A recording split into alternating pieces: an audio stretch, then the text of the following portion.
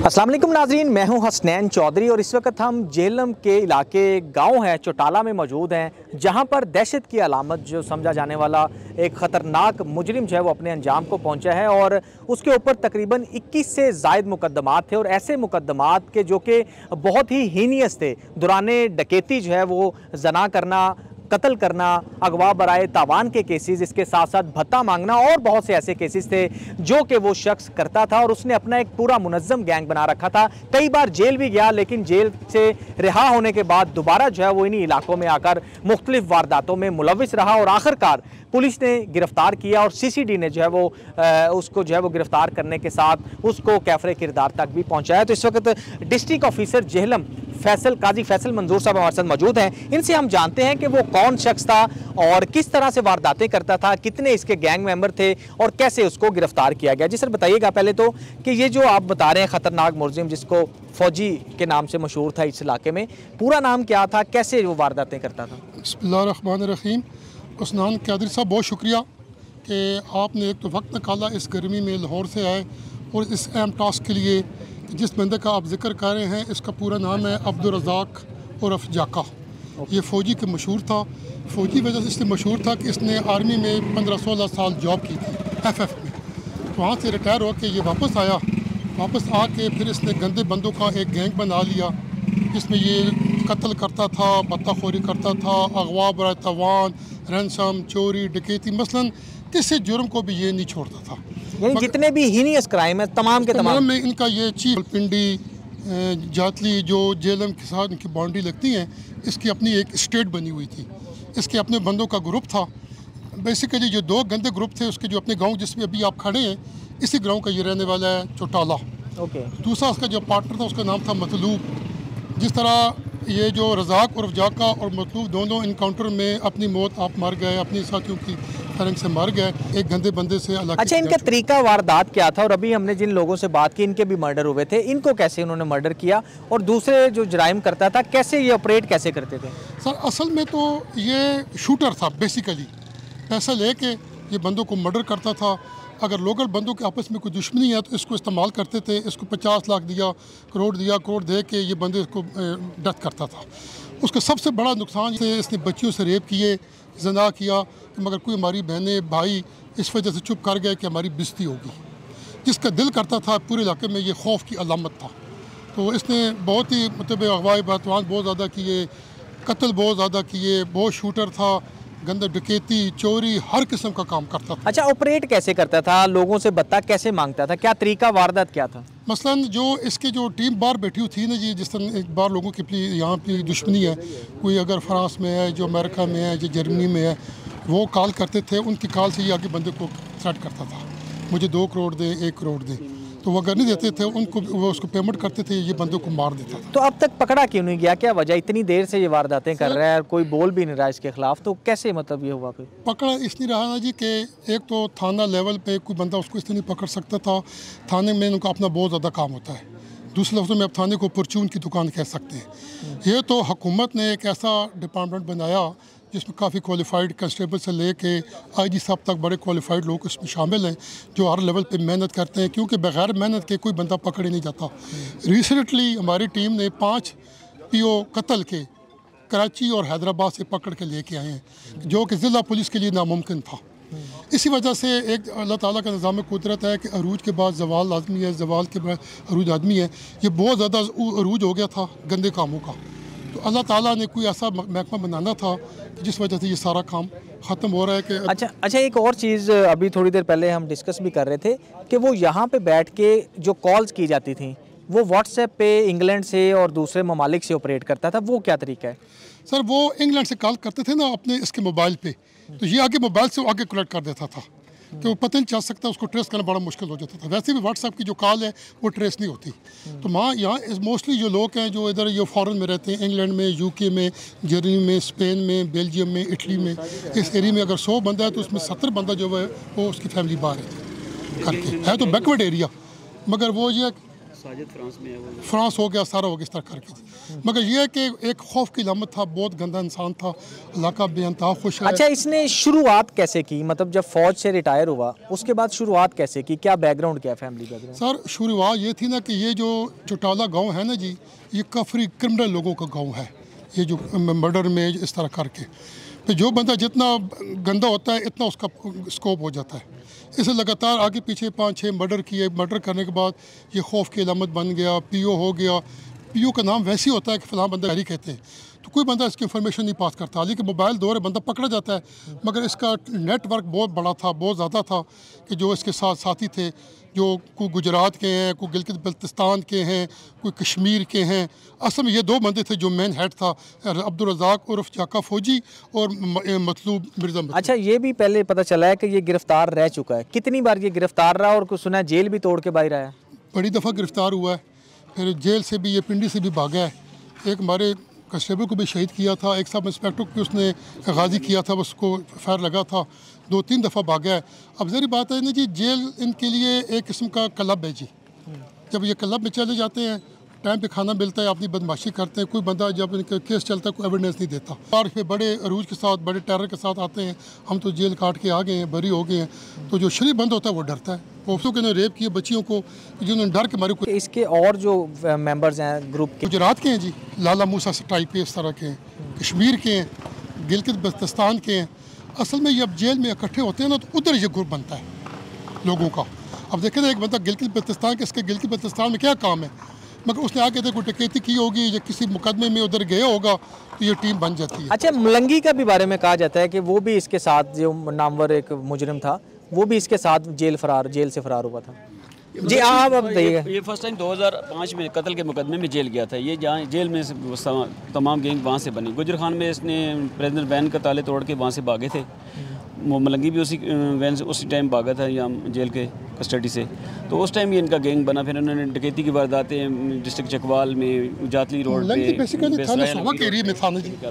वो पहाड़ों में रहता था, बकरवाल था, ये बकरे नहीं करते थे उस शक्ल में। वो काफ़ी तकरीबन 10-12 साल पहले इनकाउंटर हो गया, मुकाबले में बहुत बड़ा इनकाउंटर हुआ। तो वो प्रॉपर है, वो भी यही रेप, जना, लोगों से पैसे लेना, उनको तंग करना। वो भी अपनी मौत की फारग से अपनी मौत खुद ही मार गया। अच्छा, अभी इस गैंग के कितने अरकान रहते हैं जो गिरफ्तार करने वाले? अच्छा, अब तक कितने ऐसे केसेस आए हैं जिनसे ये भत्ता वसूल कर चुका और कितना कितना वसूल किया? सारे एक ज्वेलर था लाला मूसा, पहले उसके वालिद को उन्होंने अगवा किया, उससे 1.5 करोड़ पे तमाल लिया। फिर उसके बेटों को जब तमाल लेके आया, उसको बैठा लिया, उससे 2 करोड़ लिया। इसी तरह एक 2 और पार्टी थी, किससे 7 करोड़, किससे 6 करोड़, काफ़ी इस तरह पार्टी थी, उन्होंने तमाल लिया। बाद लोग तो ऐसे थे कि वो डर के मारे अभी भी नहीं देते, क्योंकि जो साथी आगे पीछे हैं, जो किस एरिया में है, इधर तो नहीं, और क्या पता हमें वो किधर नुकसान ना करें। तो अल्लाह करेगा उसके पीछे लगे हुए। इस एरिया में इतने ज़्यादा पैसे हैं लोगों के पास के करोड़ों रुपया वो दे देते हैं। बहुत ज़्यादा इनकम है कि लोग मोस्टली आउट कंट्री हैं, जिसमें England, America, France, Belgium, Denmark और सऊदी अरब। 70% लोग जो है बैकवर्ड एरिया है। तो इनको इन्फॉर्मेशन कौन पास करता है? सर इन्फॉर्मेशन जो होता है, जब गंदे बंदे होते हैं इनकी सोर्स बहुत ज़्यादा होते हैं। कोई बंदा डर के मारे उनको बताता है कि यार हमें उसके सोर्स है। वो कॉल भी बता देते हैं जी कि आज SHO साहब फलानी गाड़ी में इस तरफ गए हैं और DSP साहब उस तरफ गए हैं। तो वो सिर्फ सोर्स डर के मारे सोर्स होता है और गाड़ी। अच्छा, दूसरा बता रहे थे जब इसको गिरफ्तार किया तो ये जेल जाने के लिए कोशिश कर रहा था, ये क्या स्टोरी है?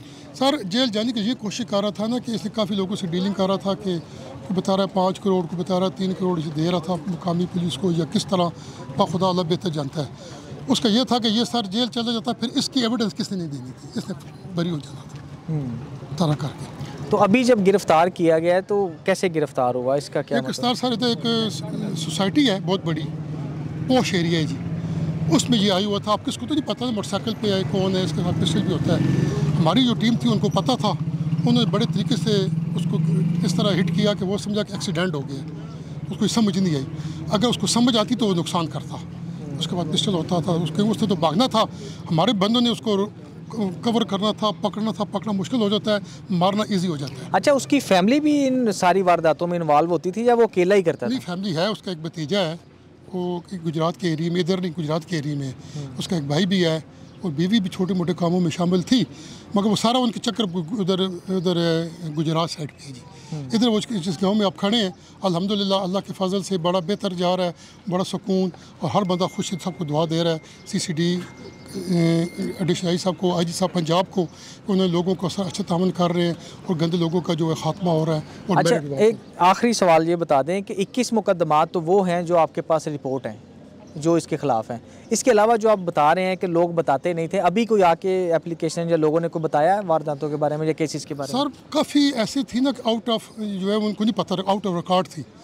अभी लोग ज़मानी आके बताते हैं, मगर वो ये होता है कि उस पहले भी डर था, अब भी डर है कि मे भी उसको कोई ऐसा हो, कोई करिंदा ना हो कि हमें कोई नुकसान किस टाइप की ना करे। मगर बातें ऑफ द रिकॉर्ड तो बहुत ज़्यादा केस थे नहीं, ऑन रिकॉर्ड तो बहुत कम थे। जिसके साथ इसके मर्डर थे या रेप था या रैंसम था, ये सारा चोरी डकैती थी, फरार होना, सारा ये था। जी, इस वक्त मुतासरा जो फैमिली है वो हमारे साथ मौजूद है, इनसे हम बात करते हैं कि इनके जो बच्चे थे उनको किस तरह से जो है वो बेदर्दी के साथ कत्ल किया गया, और अब जबकि वो अपने अंजाम को पहुंच चुका है, अब जो है वो ये क्या कहते हैं। जी माँ जी, अस्सलाम वालेकुम। वालेकुम। अच्छा माँ जी, क्या हुआ था, कैसे सारा कुछ हुआ? पुत्र कोई पता ही ना, कोई परेशानी नहीं, भैया सानू मार ची या ना मार ची, शक भी कोई ना उसका कंजरा था। खैर ही मेरी पुत्र जुमा पढ़न गया, जुमा पढ़ के पुत्र कब्रिस्तान गया, बाप की कब्र तो जाना, जुम्मे था भी जुमराते सारे को पता बहुत जाना। पुत्र उत्थे टुर गया, उत्थे मैं ही आखे गया भी तुम भी आ जाए, उधर नाल मस्जिद ने मासी रहती उन्हें बर्ची है तो आ जाए। मैं ठीक है, मैं घर नमाज पढ़ी है, अजय सलाम भी फेरनी है तो दो दौड़ना आया, मामू गोलियां ला के नमाज पढ़ी, पढ़ के दुआ मंगी, मिल गिल के सारे के ये अपने अभी वो आए मेरा दाड़ी वाला इसकी मिले अकेले, अब इसके आने चार घुमाने मैं दुकान खुली है, चोरी हुई दुकान बंद करके जा सा टुर गया कल्ला पुत्र। अच्छा, कोई दुश्मनी सी पहले उन्होंने नाल या कोई बैर नहीं, कोई दुश्मनी, कोई शाक शुबा पुत्र कोई ना। तो क्यों फिर उसने ये हरकत की? ये जो क्या था वो पैसे लेके लोग को। अच्छा, यानी किराए का कातिल था वो? किराए ना कातिल ताब के भी पैसे लेके मारे, तो मेरे बुद्धा की पैसे लेके मारे। उसी ने पुत्र मैंने एक दर्ज औरत पीछे बैठी, ये मन पुत्र लाग गए ए कबर ने बेटी ऐसे जा साइकिल चलाया, एक पैर बोन से तिको ये सब ऐसे काट मारे, मन पुत्र बुझ जा पे था दी खत्म हो गया, नाच गए। मगर ये दौड़े भजे ने ना कि कोई लदे अगे पीछे के वो ले गए, ये सारे दौड़ भज के टुर आए, पीछू मैंने पूछा कि और बार चाह का अस्पताल ले गए। अच्छा, उन मुझे ये बताएं, वो जाका फौजी जो था उसके खिलाफ कोई खड़ा नहीं होता था इलाके में? ये बता संगी कजरे ना मैं खिलौना या नहीं खिलौना, फौजी कदना फौजी आया वही जिस गले ना पता, तो उस पैसे लेके बंदे की मार आया, बहुत पैसा लेकर उस बंदे के मारे। अच्छा, अब आप क्या कहना चाहेंगे? CCD ने जब ये पकड़ा है इसको और अब वो अपने अंजाम को भी पहुंच चुका है, तो क्या कहना चाहेंगे आप? असी कह रहे हैं अभी बहुत खुश, असी दुआवां देने आने अल्लाह भला है, खुदा खुश रखे, जिन्हें अल्लाह के मार छड़िया असल जान छुट गई। अगू भी जी ऐन पिछे उन्होंने भी ना ये तो खमचान हुआ ना, तब पिछले ना तब जरा वो तो खतरा ना पुत्र, असी दुआवां दे रहे हैं तो खुश। अच्छा जी, आप बताइएगा आपका क्या ताल्लुक था और क्या सूरत हाल रही है, मतलब उसके खिलाफ कोई खड़ा नहीं होता?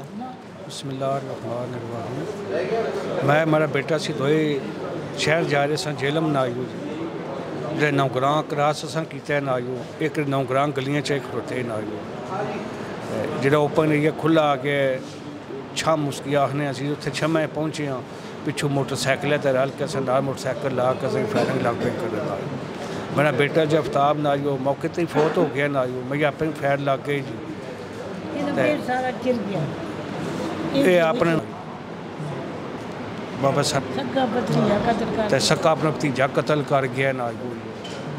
उस तो बाद काफ़ी जड़े ना आयू ये बेगना लोगों ने बच्चे संभाले ना आयू, अजय CCD उसने चलिया ना आयू, अल्लाह ताला ने खुश रखा ना आयू, बहुत अच्छा ना जे बकाया रह गए ना इंशाअल्लाह उन्हां नूं खात्मा हो जावे ना ये जो मुल्क या पंजाब बसाने जो इसे बहुत तबाही चाहन पीछे पुत्र खतरा यो ये बेगारता ना दलिया ना के पता लगने उसे डाला नहीं जो वो भी मरण से तो ही जाए दुनिया ते इंसाफ मिले दुनिया की सुकून आवे। अच्छा किन्ने बच्चे सी जेड़े फौत हो गए ने? मेरा तो जो बच्चा मोया ना उसका एक को बेटा है तो 3 बेटियां इन्हें बच्चे ने कुछ भी नहीं शादी हुई मैं पोती ना ब्याया 2 तराया मैंने रहना मैंने घर आ। तो बच्चों को कौन देखभाल करता है? मुझे देखा बड़ा ताया बाहर उन्हें मेरा खालिद वो के नास जो खर्चा पहले नहीं देना पड़ा उन्हें हमें खर्चा पड़ा ही देना। बेटी ने ब्याह ही नहीं अब मुझे बेटियों ने ब्याह नहीं खर्चा पानी साफ करो मिर्ज़ा खालिद देना प्यार उससे। तो अभी आप पैगाम क्या देना चाहेंगे? मैं पैगाम ये देवांगा ना एजीएफ ने CCD दारा चल रहा पुलिस वाला ना आयु अल्लाह ताला ने खुश रखे ना बहुत अच्छा काम में कर रहे ना आयु जे बकाया रह गए जे दाएं में कुत्ते बिले फिरने ना आयु इंशाअल्लाह उन्होंने खात्मा होना चाहिए ना चाहे पाकिस्तान अंदर चाहे पाकिस्तान तो बाहर ना आयु इंशाअल्लाह उन्होंने खात्मा होना चाहिए। जी इस गैंग मेंबर का जो तीसरा रुकन है जिसने एक और शहरी को जो है वो उसके भाई को कत्ल किया वो इस वक्त हमारे साथ मौजूद हैं। इनसे हम जानते हैं कि ये इस बारे में क्या कहते हैं। जी बताइएगा आपके भाई को किसने कत्ल किया है? मेरे भाई को अदील है उसके वालिद का नाम मिर्ज़ा ज़फ़र है उसने कत्ल किया है और नाहक कत्ल किया है। मेरा भाई हम लोग मैं और मेरा भाई दोनों गुजरांवाला नौकरी करते थे और तकरीबन 1 महीना पहले हम लोग यहाँ पे आए हैं तो मेरा भाई वहाँ पे कहीं गया हुआ था और पीछे से उसने भाई को फायर मारे हैं। क्या वजह थी? कोई पहले से दुश्मनी कोई बात? ज़ाती रंजिश यही थी कि हम लोग ये मिर्ज़ा सिद्दीक लोगों के साथ थे और वो दूसरी पार्टी का था और इसके अलावा कोई यानी कि ज़ाती रंजिश नहीं थी उनके साथ। तो कोई पैसे लेके भी कत्ल करते थे? ये तो अब मिर्ज़ा रज़ाक है उसके बारे में ही मशहूर है कि वो पैसे वगैरह लेके करता रहा बाकी इसका अदील का नहीं था पता मुझे। इसने मेरे भाई को कत्ल किया है और हमारा कोई रज़ाक के साथ या मतलूब के साथ किसी के साथ कोई लेना देना नहीं था। इसने अदील ने नाहक कत्ल किया मेरे भाई का और अभी तक वो इश्तिहारी है पकड़ा नहीं गया। अच्छा तो अब आप क्या समझते हैं कितनी देर हो चुकी है? आपने CCD अफसरान को बताया है सारी बात की? ये 21 जनवरी को मेरे भाई का कत्ल हुआ है और अभी जुलाई चल रहा है तकरीबन 6 महीने होने वाले हैं। तो CCD को भी हमने बताया है पुलिस को भी बताया है पुलिस तावन कर रही है लेकिन अभी तक वो मिल नहीं रहा क्योंकि ये रज़ाक लोगों के साथ था बाकी इनके पास गया था। अब रज़ाक और मतलूब को तो अल्लाह ताला ने जन्म हासिल कर दी है बाकी देखें अब इसका क्या करते हैं। आप क्या कहना चाहेंगे इलाके में ये जो गैंग था ये किस तरह से ऑपरेट करता था? कितनी दहशत थी? मैं असल में इलाके में रहा नहीं हूँ मैं तकरीबन 12-13 साल इलाके से बाहर था। मैं गुजरांवाला नौकरी करता था नौकरी पेशा बंदा हूँ मैं मेरा भाई भी उधर ही था गुजरांवाला में ही तो इतना हमारा इनके साथ कोई ताल्लुक है नहीं था ना इतना कोई इल्म था क्योंकि मेरी सारी फैमिली उधर थी। हम लोग यहाँ पे तकरीबन 6 महीने पहले। अच्छा आप इधर ही रहते हैं? जी जी। अच्छा आप बताएं कि इलाके में कैसा खौफ व हरास था इनकी? जी इनका तो बहुत बड़ा खौफ व हरास था कि जो भी है इधर दुश्मनदार वाले और दूसरे भी शरीफ शहरी भी तंग थे इनसे और इन्होंने बड़ा लोगों को तंग किया हुआ था। अभी तो ये हुकूमत पंजाब का बहुत शुक्रिया अदा करते हैं हम जिन्होंने ये कदम उठाया और लोगों को सुख का सांस आया। अच्छा क्या क्या करते थे? क्या वाकया तरीका वारदात क्या था? इनका तो तरीका वारदात यही थी कि लोगों से ये कोई जिसकी दुश्मनी होती थी वो पैसे उनको देता था और ये जो है उसको टकाने लगा देते थे और इस वजह से लोग जो है बहुत ज़्यादा परेशान थे और ये मेहरबानी है CCD तो वालों ये कितनी देर से ऐसे चल रहा था? ये जी काफ़ी अरसे से ये काम चल रहा है इधर बड़े अरसे से ये काम हो रहा था और किसी की पहुंच ही नहीं थी। ये सिवाय इस हुकूमत के अलावा किसी ने हाथ डाले नहीं आज दिन तक ना किसी को जरूरत हुई है। तो क्या करते थे मतलब कौन कौन से केसेस इनके ऊपर थे या किस तरह की वारदात? कत्ल गारत भी थी और अगवा बराए तमान भी था। तो इस सिलसिले में तो आपके गांव से कितने वारदातें की इन्होंने? क्या क्या किया? तकरीबन 3-4 वारदातें तो हमारे गांव से भी की हैं जो कत्ल के हुए हैं और अगवा जो है वो तो नहीं हुआ है। तो बताए खोरी जो है ना ये भी इसमें भी मुलवस रहे हैं लोगों से लेते रहे हैं। अच्छा यहाँ से कोई ऐसा वाकया है आपके ज़हन में? जी नहीं जहन में तो नहीं है। अंदर खुफिया ही लोग आवाज़ ही नहीं निकालते हैं किसी की ज़रूरत ही नहीं पड़ती कि जो इनका सामना करे। तो ये तो अल्लाह ने मदद की है और तो इनका बैकग्राउंड क्या है? कैसे ये बना ये वारदातों में? कैसे? तो गरीब आदमी थे इतने तो नहीं मशहूर थे बस कुछ लोगों की वजह से जो साथ हैं वो मिले और उन्होंने इनको बहादुर कर दिया और बहादुर हुए जब तो इन्होंने सबको बस लपेटना शुरू कर दिया। वही लोग फिर पछता रहे थे मगर वो हाथ से निकल रहे थे। इसलिए ये जो है ना बहुत अच्छा हुआ है अल्लाह ताला ने जो किया मेहरबानी तो शुक्रिया मीडिया वालों का भी है और इन हुकूमत पंजाब का भी हम अदा करते हैं कि लोग जो है कम से कम अभी नींद जो है आराम की सोएंगे।